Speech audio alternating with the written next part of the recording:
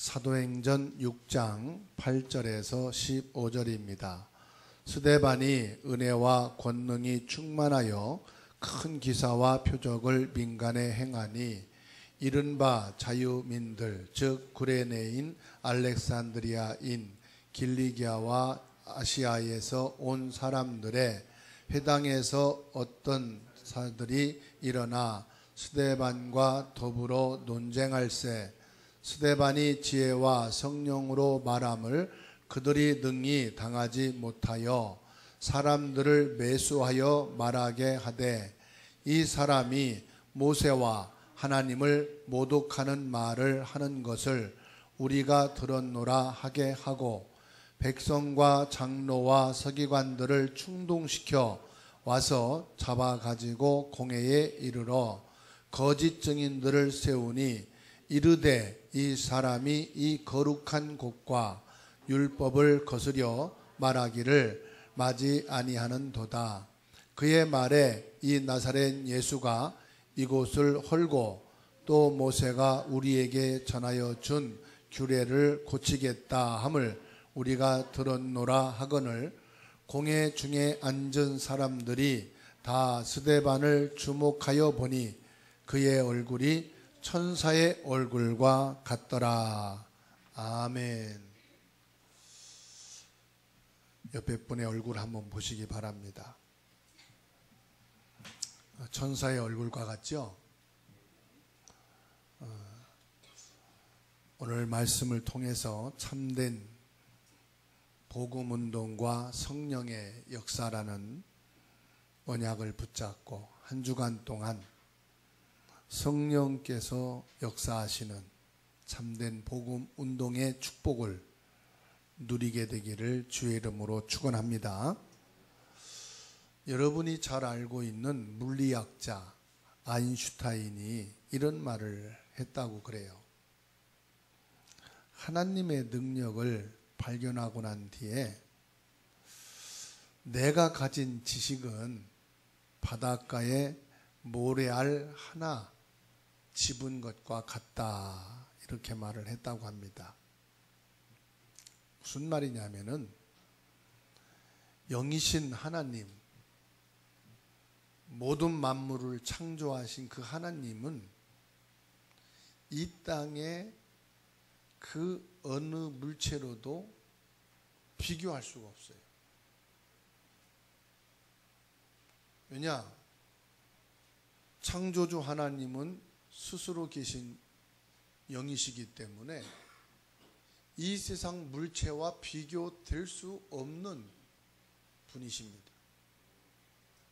그런데 이 세상에 그 무엇을 가지고 비교한다 해도 바닷가의 그 수많은 모래알 중에 한 알의 모래알보다도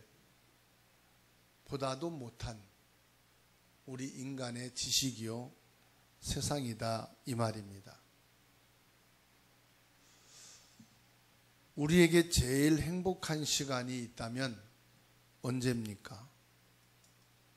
여러분은 언제가 가장 행복했습니까? 정말로 행복하다 하는 것을 느낄 때는 하나님이 살아계시고 나와 함께 계시는 것이 맞네. 이것이 깨달아질 때입니다.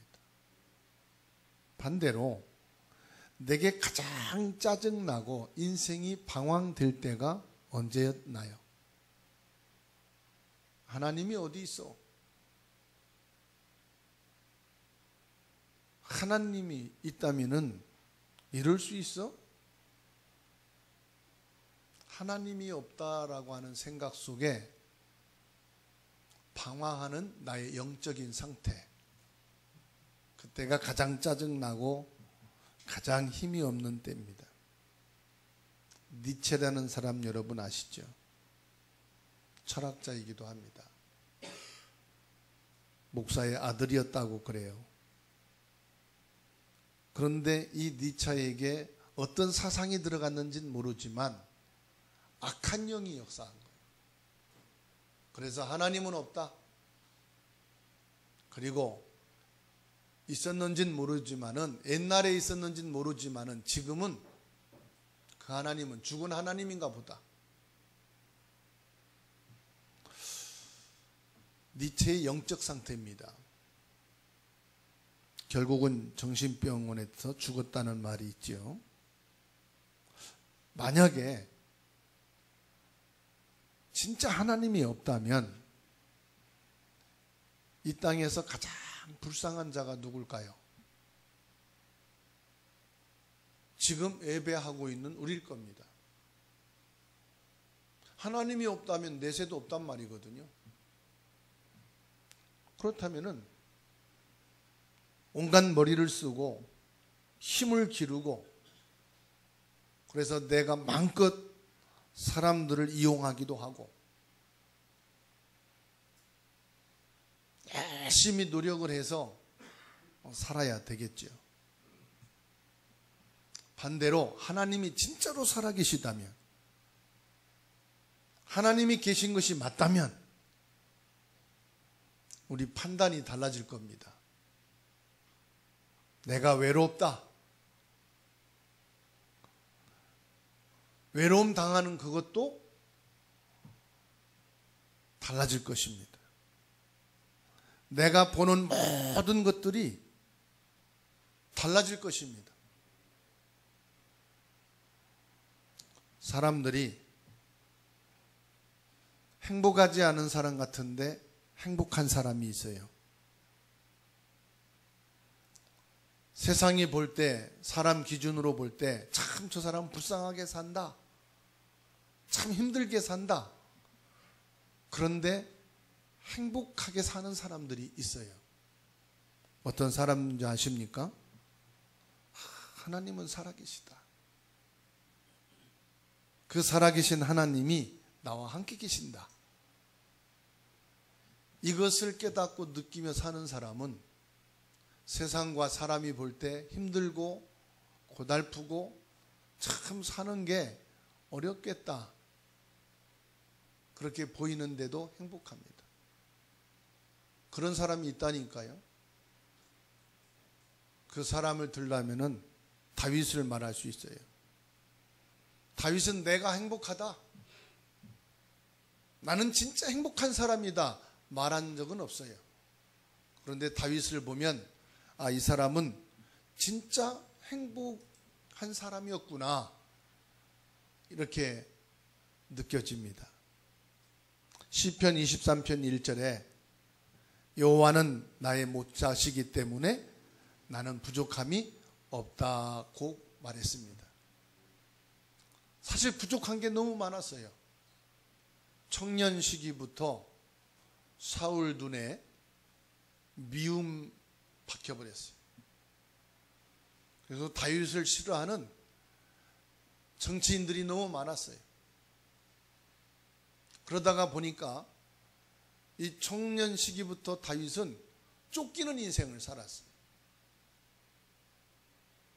얼마나 힘들고 고달픈 인생이었는지 몰라요. 그런데도 다윗은 그게 쫓기는 인생이고 고달픈 인생이고 불행한 인생이라고 하는 것을 생각지 않았어요. 나는 부족한 게 많지만은 여호와께서 나의 목자시기 때문에 나는 부족하지 않다, 행복한 고백을 했어요. 시편 23편 4절 보게 되면 내가 사망의 음침한 골짜기로 다닐지라도 두려워하지 않는다 그랬어요. 사방에서 나를 죽이려고 군대들이 매복하고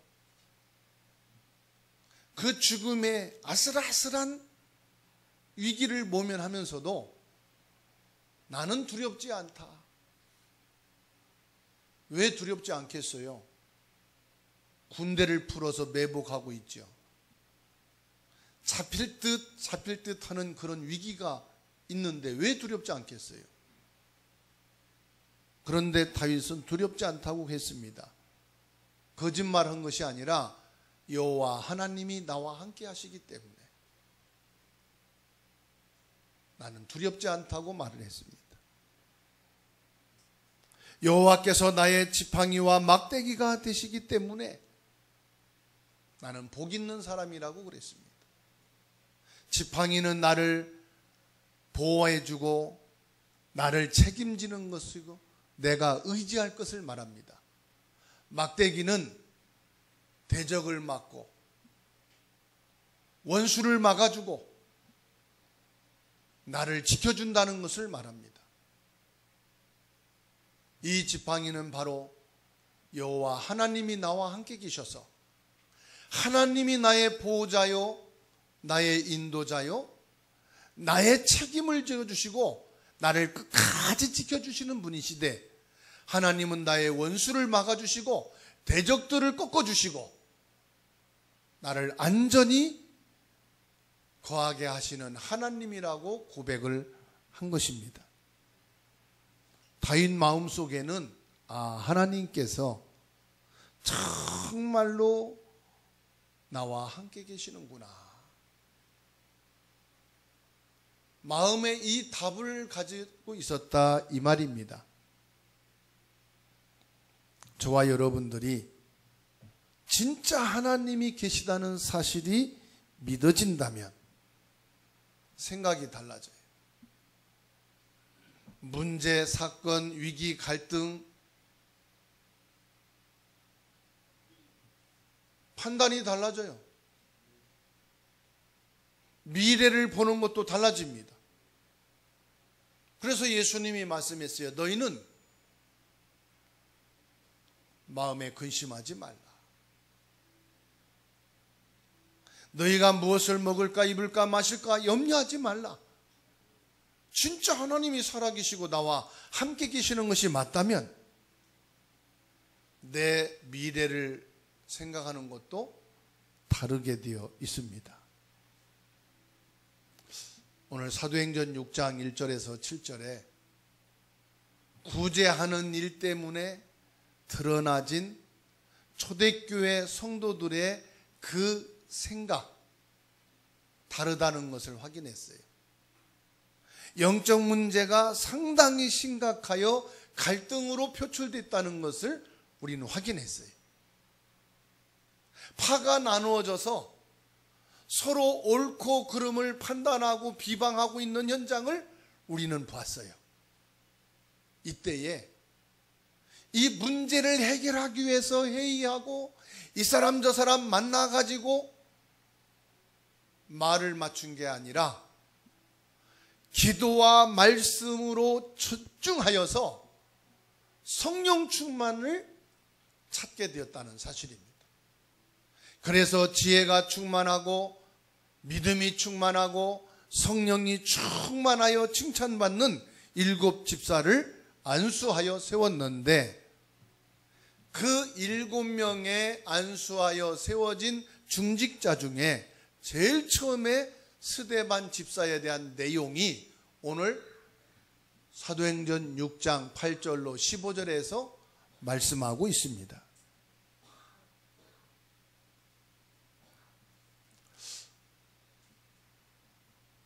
6장 1절로 7절 말씀 보게 되면 구제하는 일과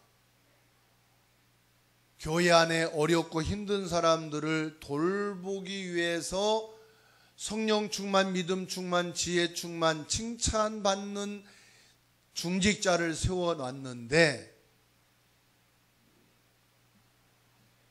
그리스도의 복음운동하는 스데반 집사가 성령의 역사 속에 있었다는 사실이에요.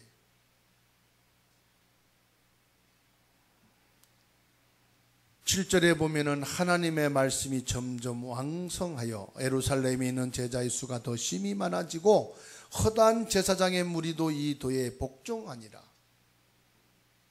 분명히 목적은 구제하기 위해서 성도를 돌아보기 위해서 중직자를 세운 것 같았는데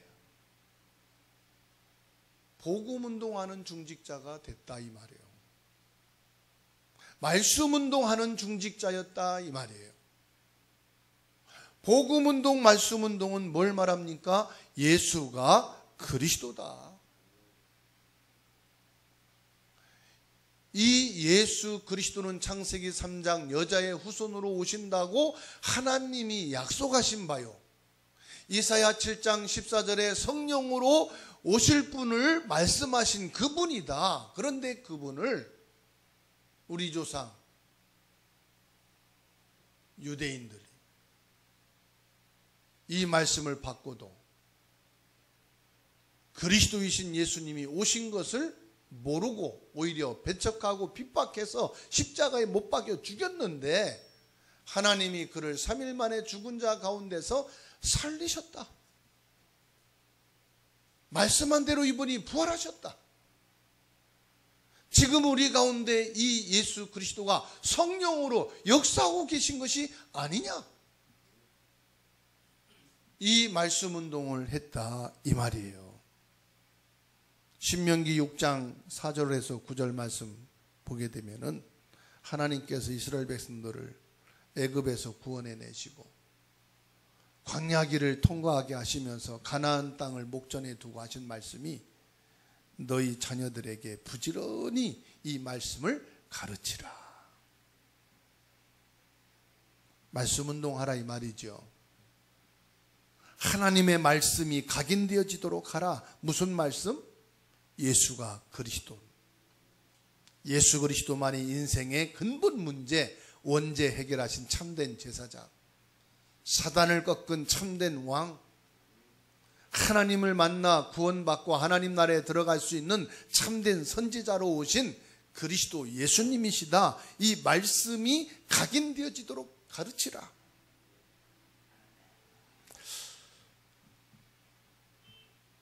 오늘 저와 여러분들이 이 언약을 잡아야 돼요.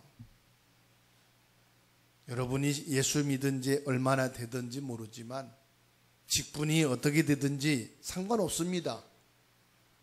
우리 직분을 다해서, 우리 신앙을 다해서, 우리 믿음을 다해서 우리가 할 것은 뭐냐? 복음운동. 우리가 해야 될 것은 오직 예수 그리스도 이 언약이 각인되어야 하는 줄로 믿습니다. 그러면은 어떻게 하면은 이 복음운동, 예수 그리스도 이 생명운동을 할 수 있을까요? 세 가지만 하시면 돼요. 첫 번째, 계속 은혜를 받아야 됩니다. 8절에 보면은 스데반이 은혜와 권능이 충만하여 큰 기사와 표적을 민간에 행했다 그랬어요. 인사합시다. 은혜 받읍시다. 왜 교회에 오느냐? 은혜 받기 위해서. 예배드리는 목적이 뭐냐? 은혜 받는 시간. 우리가 예배 시간마다 우리 신앙생활에 계속 은혜를 받으면 복음운동이 일어나는 줄로 믿습니다. 은혜 받는단 말은 내가 예수 그리스도를 믿고 구원받은 것도 은혜입니다. 말씀을 받고 내게 맞도록 깨달아지는 것도 은혜입니다. 계속 내가 은혜 속에 있으면은 그 말씀은 점점 확산되어서 가정에, 가문에, 학교에, 직장과 산업과 현장에 퍼져가게 되어 있습니다. 계속 말씀을 통해 은혜를 받으면 은혜의 말씀이 은혜의 주 예수 그리스도의 이름으로 지역의 우상이 꺾이게 되고 종교가 무너지게 되고 모든 불신앙과 사단, 마귀, 악한 영들이 무너지고 떠나가게 되는 줄 믿으시기 바랍니다. 신앙생활이 어렵다 하는 분들은 내가 은혜를 못 받고 있다는 증거예요. 신앙생활이 재밌고 되어지는 것은 은혜를 받고 있다는 말이에요. 이 복음운동이 지속되는 것 두 번째 뭐냐? 올바른 전도운동입니다. 올바른 전도란 뭐냐? 예수 그리스도의 증인이 됐다 이 말이에요. 전도가 일이 아니고 전도가 목적이 아니에요. 예수 그리스도의 증인이 되어지면 나도 살고 가정도 살고 교회도 살고 나라도 살고 237 나라도 살게 되는 줄로 믿습니다. 오늘 스데반 집사에 대한 메시지를 절대로 놓치지 마세요. 스데반 집사는 은혜와 권능이 충만한 줄로 믿으시기 바랍니다. 항상 은혜 속에 있었어요. 이 말씀이 나에게 은혜가 되고 말씀이 내게 부딪혀 오고 감동이 되니까 내가 은혜 받았네. 아니란 말이에요. 은혜 중에 은혜는 하나님이 나와 함께 하시는 것이 은혜요. 예수 그리스도로 내가 구원받아 하나님 자녀된 신분과 권세 속에 있는 것이 은혜인 줄로 믿으십니까? 이 스데반 집사가 은혜 속에 있었다는 사실이에요. 은혜를 받으니까 그 은혜의 증거가 점점 퍼져나가니 전도운동이 되어진 거예요. 그러니까 말씀을 깨닫고 기도하고 은혜 받으면 다 되는 것이다. 세 번째로 지속적인 복음운동은 올바른 기도입니다. 올바른 기도가 뭐예요? 하나님 나에게 성령 충만하게 해주세요. 지혜가 충만케 해주세요. 믿음이 충만하게 해주세요. 칭찬받는 직분, 칭찬받는 성도가 되게 해주세요. 그게 뭔지 아십니까? 은혜 받게 해주세요 이 말이에요. 여러분 오늘 예배 드리러 와가지고 내가 은혜 받는 예배가 되게 하옵소서 기도하셨습니까? 잘하신 거예요. 내가 은혜 받는 것이 제일 우선이에요. 그래서 10절에 스데반이 지혜와 성령으로 말함을 그들이 능히 담당하지 못했다. 우리가 예수 그리스도의 이름으로 기도하게 되면은 지혜 충만하게 되는 줄 믿습니다. 성령 충만하게 되어집니다. 능력 충만하게 되어집니다. 세상의 지식과 말로 이길 수 없습니다. 성경 구절을 말하라는 게 아닙니다.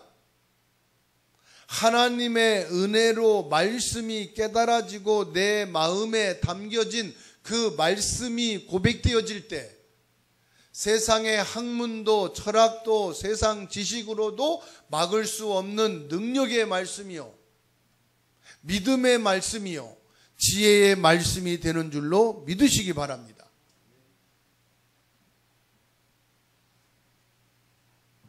그런데 내가 참된 복음, 참된 말씀, 예수 그리스도 은혜를 받았단 말이에요.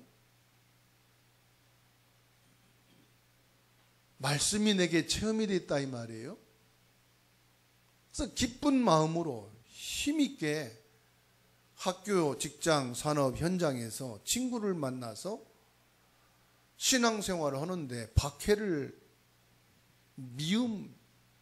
싫어한다 이 말이에요. 왜 그러지?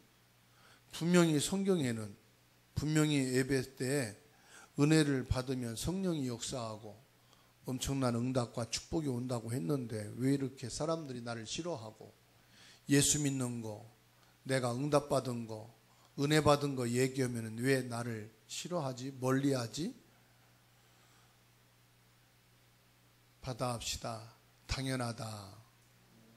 마태복음 24장 9절입니다. 우리가 참 전도를 한다면 세상은, 사람은 미워하게 되어 있어요. 말씀을 보세요. 그때의 사람들이 너희를 환난에 넘겨주겠으며 너희를 죽이리니 너희가 내 이름 때문에 모든 민족에게 뭘 받으리라?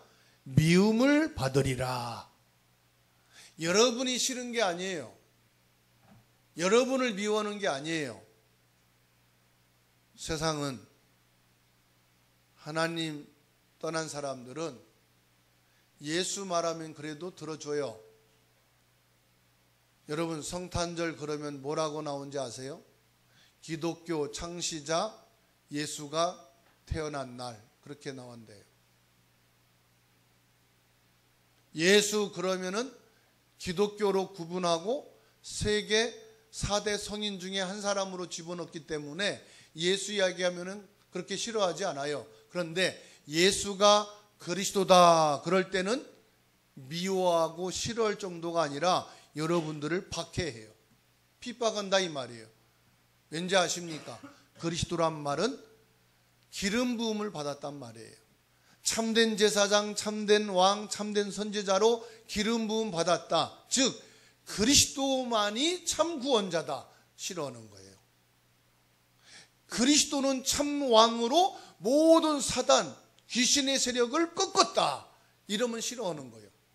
왜요? 모든 종교는 귀신을 숭배하거든. 제사가 뭔지 아세요? 귀신을 대접하는 거예요. 귀신을 위하는 거라니까. 사단을 숭배하는 거라니까. 우상 숭배가 뭔지 압니까? 귀신을 대접하는 거예요. 이길 힘이 없으니까 맛있는 거 차려가지고 드시고 우리를 좀 복 주시고 제발 떠나십시오 이 말이에요. 그런데 그리스도 그러면 뭐요? 그 머리를 박살냈다 이 말이에요. 그리스도 이 말이 무슨 말입니까? 악한 영들을 완전히 이긴다 이 말이에요. 그리스도 그러면 뭐냐? 모든 저주 재앙의 원죄를 끝냈다. 그리스도만 해결할 수 있다 이 말이에요. 그러니까 종교인들은 싫어하고 세상인들은 그리스도 싫어해요.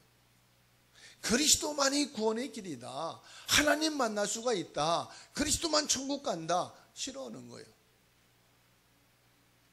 불교에서는요, 석가모니도 예수님 가르침도 다 필요하고 중요하다 이렇게 말하지 않습니까? 천주교도 그렇고 모든 종단은 같이 가자. 세계는 원네스다. 함께하는 거다. 그런데 예수가 그리스도 그러면은 싫어하는 거예요. 무엇이라? 너희들만 진리라고? 너희에게만 생명이 있다고? 너희만 구원이 있다고? 미워하겠어요? 안 하겠어요? 당연한 거예요. 미워하는 것이. 미워하는 정도가 아니고요. 핍박하고요. 오늘 11절에서 14절 말씀 보세요. 11절에 사람들을 매수하여 그랬습니다. 모세와 하나님을 모독하는 말을 하는 것을 우리가 들었다. 매수했단 말은 돈을 주고 샀다 이 말이에요. 거짓 증인들을 샀다. 그래서 이 스데반이 모세와 하나님을 모독하는 말을 우리가 들었다고 말하는 거예요. 증인을 내세우는 거예요. 거짓 증인을. 12절에 보세요. 백성과 장로와 서기관들을 뭐 했어요? 충동시켰다. 충동시켰다는 게 뭔지 아십니까? 스데반이 당신들을 모함하고 당신들을 욕하고 당신들이 가르치는 것은 거짓이라고 그러고 당신들이 예수를 십자가에 죽었다고 그러고 당신들이 죄를 짓고 회개하지 않는다고 해서 충동시키는 거예요. 막 거짓말을 가지고. 13절에 보세요. 거짓 증인들을 세우니 그랬습니다. 그래가지고 뭐요? 거룩한 이 성전을 헐어라. 3일 만에 세운다고 했다. 그리고 하나님이 모세를 통해서 주신 율법을 다 고쳐가지고 새로 만든다고 했다. 세상 지식과 사람들의 머리 가지고는 절대로 이해할 수 없는 예수님의 가르침이 있죠. 네가 이 성전을 헐라. 내가 3일 만에 세우겠다. 그건 예수님이 죽은 자 가운데 3일 만에 부활할 것을 말씀한 거란 말이에요. 그리고 내가 율법을 폐하러 온 것이 아니라 율법을 완성하러 왔다. 이렇게 말씀했단 말이에요. 이 말씀을 딱 돌려가지고 말이에요. 이 성전을 헐라고 그랬다. 모세에 가르친 하나님의 율법을 고쳐가지고 새로 만든다고 했다. 예수님이 말씀한 복음적인 내용, 영적인 사실을 싹 바꿔가지고요. 육신적이고 세상적으로 딱 사람들을 선동하고 중동시켜서 분을 품게 하고 핍박하게 만들었단 말이에요. 14절 보세요. 그의 말에 이 나사렛 예수가 이곳을 헐고 또 모세가 우리에게 전하여 준 규례를 고치겠다 함을 우리가 들었노라 하거늘. 이렇게 우리가 바른 복음, 바른 믿음, 바른 신앙 가지고 복음 운동하고 참된 이 전도 운동을 하게 되면 사단은 발악을 합니다. 세상은 싫어합니다. 시편 14편 1절에 하나님을 거부하는 자들은 악을 품습니다. 그런데 보십시오. 복음 운동하는 자들에게는 하나님의 어마어마한 축복이 임하는 줄로 믿으시기 바랍니다. 그게 15절입니다. 공회 중에 앉은 사람들이 다 스데반을 주목하여 보니 그 얼굴이 천사의 얼굴과 같더라. 천사의 얼굴과 같다는 것은 무슨 말입니까? 보좌의 축복이 모세 이 스데반에게 임했다 이 말이에요. 성삼위 하나님의 배경을 가지고 있다. 천국 시민권자다. 바로 저와 여러분이 천사의 얼굴을 가진 자요, 보좌의 축복을 가진 자요, 성삼위 하나님의 배경을 가진 자인 줄 믿으시기 바랍니다. 우리는 이 땅에 발을 딛고 살고 있지만 내 영적 배경은 천국 시민인 것을 믿으시기 바랍니다. 우리가 무슨 배경 가지고 산다고요? 천국 배경을 가지고 산다. 가는 곳마다 하늘 배경이 임하게 되는 것이다. 여러분이 가는 곳마다 성령이 역사하는 줄로 믿으시기 바랍니다. 여러분이 가는 곳마다 하늘 군대가 천군 천사가 동원된다는 사실입니다.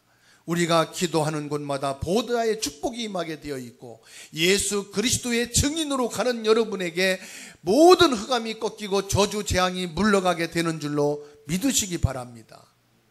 이거를 누가 봤느냐? 불신자 스데반을 고소하고 심판하는 원수들이 보았습니다.